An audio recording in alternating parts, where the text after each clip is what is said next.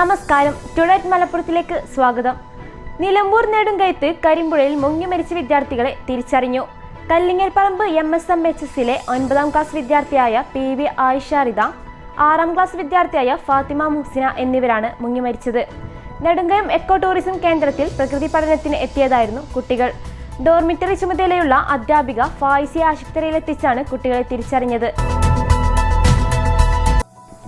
ജില്ലയിൽ ആദ്യഘട്ടത്തിൽ പുഴകളിൽ നിന്ന് മണലെടുക്കാനുള്ള സാധ്യത പരിശോധിക്കുന്നത് 17 കടവുകളിൽ.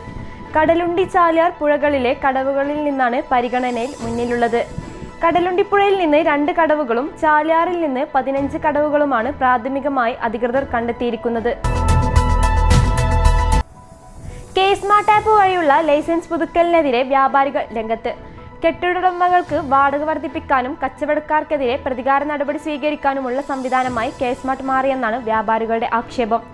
കാലങ്ങളായി കച്ചവടം ചെയ്യുന്ന വ്യാപാരികൾ ഉൾപ്പെടെയുള്ളവർ കെട്ടിടോടമയുടെ സാക്ഷ്യപത്രം അക്ഷയ സെന്ററിൽ സമർപ്പിച്ചാൽ മാത്രമേ ലൈസൻസ് പുതുക്കുകയുള്ളൂ. എടവണ്ണ കൊയിലാണ്ടി സംസ്ഥാന പാതയിലെ അരീക്കോട് പാലത്തിൽ ഭാരം കയറ്റി പോകുന്ന വലിയ വാഹനങ്ങൾക്ക് പൊതുമരാമത്ത് വകുപ്പ് നിരോധനം ഏർപ്പെടുത്തി. ചാലിയാറിൽ 2019-ലുണ്ടായ മഹാപ്രളയത്തിൽ പാലത്തിന്റെ സംരക്ഷണ ഭിത്തിക്ക് ബലക്ഷയം സംഭവിച്ചതായി കണ്ടെത്തിയതിന്റെ അടിസ്ഥാനത്തിലാണ് നടപടി.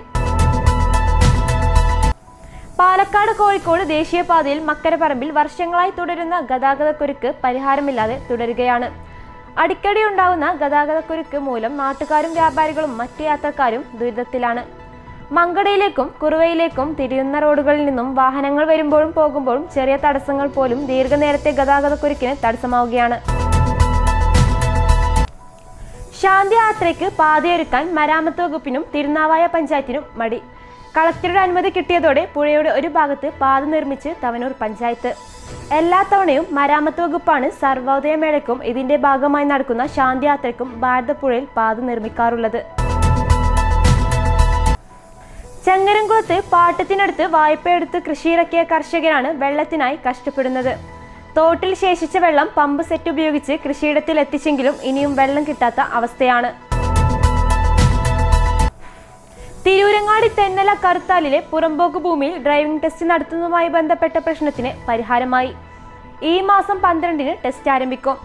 MLAയുടെയും സീനിയർ ഡെപ്യൂട്ടി ട്രാൻസ്പോർട്ട് കമ്മീഷണറുടെയും നേതൃത്വത്തിൽ നടന്ന യോഗത്തിൽ ഗ്രൗണ്ടിൽ ടെസ്റ്റ് നടത്താൻ തീരുമാനിക്കുകയായിരുന്നു. ഇതോടെ ടുഡേറ്റ് മലപ്പുറം സമാപിക്കുന്നു. പുതിയ വാർത്തകളുമായി അടുത്ത ദിവസം കാണാം. നന്ദി.